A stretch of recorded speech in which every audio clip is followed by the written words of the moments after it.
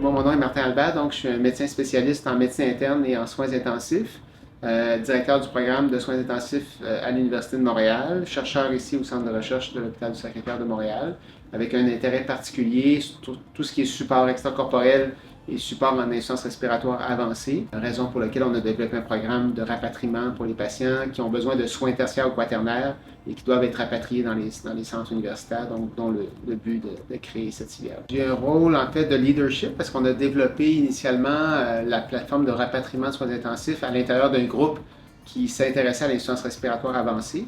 Et donc, j'ai assuré la coordination de tout ce groupe-là au niveau administratif, médical et nursing pour permettre éventuellement l'obtention de cette civière de transport.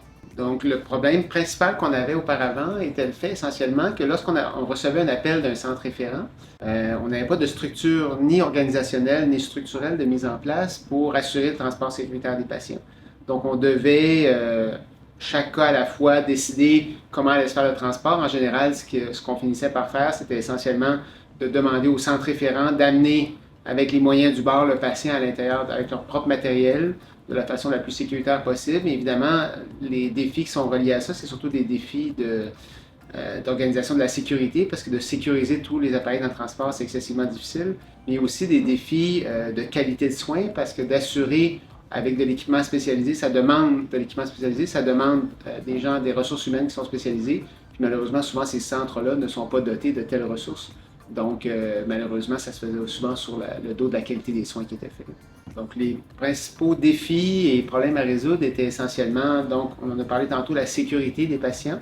Donc, s'assurer que pendant le transport, surtout dans un cas d'accident ou quelque chose comme ça, avec l'ambulance, que tout soit sécurisé sur la civière elle-même, afin d'éviter que du personnel ou le patient soit blessé par du matériel qui se déplace. Ça, c'est la première affaire. La deuxième chose super importante, c'est l'aspect où on devait également s'assurer de la qualité du matériel utilisé. Donc, souvent, on était prêt à utiliser le matériel nécessaire parce qu'on n'avait pas l'endroit ou la place pour le placer sur la civière. Ça, c'était le deuxième défi. Puis le troisième défi, c'est la qualité du service qu'on rendait était affectée au niveau chronologique du moins parce que d'installer tout ça, c'était beaucoup de travail. Pour donner un exemple, le transport d'un patient en insuffisance respiratoire grave, juste de le ramener d'un centre à l'autre pouvait facilement prendre quelques heures d'organisation, alors que maintenant, à l'intérieur d'une demi-heure, on est capable d'assurer avec le matériel qu'on a tout ce qu'on doit faire pour ces patients. Ce qu'on a remarqué essentiellement, c'est qu'avec l'utilisation de ce matériel-là, bien, on est beaucoup plus efficace. Là. On a exploré ce qui existait déjà sur le marché. Malheureusement, les technologies qui nous étaient offertes sur le marché nord-américain ne répondaient pas à nos besoins.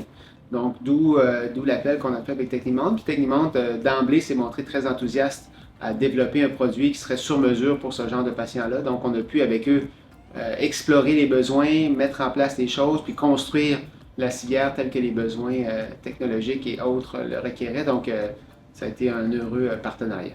Le fait qu'on ait agi en partenariat avec eux, avec Technimont, ce que ça a permis de faire essentiellement, ça a permis de mettre beaucoup de place ergonomique en des choses qui sont beaucoup plus pratiques pour le personnel. Par exemple, tout ce qui est boutons, poussoirs, qui permettent de rotationner les équipements, le mettre à la vue du personnel, dépendant de la façon dont les gens sont mobilisés dans l'ambulance. Donc, ça permet d'assurer la sécurité du transport parce que le personnel en tout temps a accès au matériel. On peut facilement aussi, à l'aide des différents boutons, on peut déclencher des choses de sécurité qui nous permettent de retirer l'appareil au besoin pour le modifier d'endroit. Ça se fait aussi assez facilement.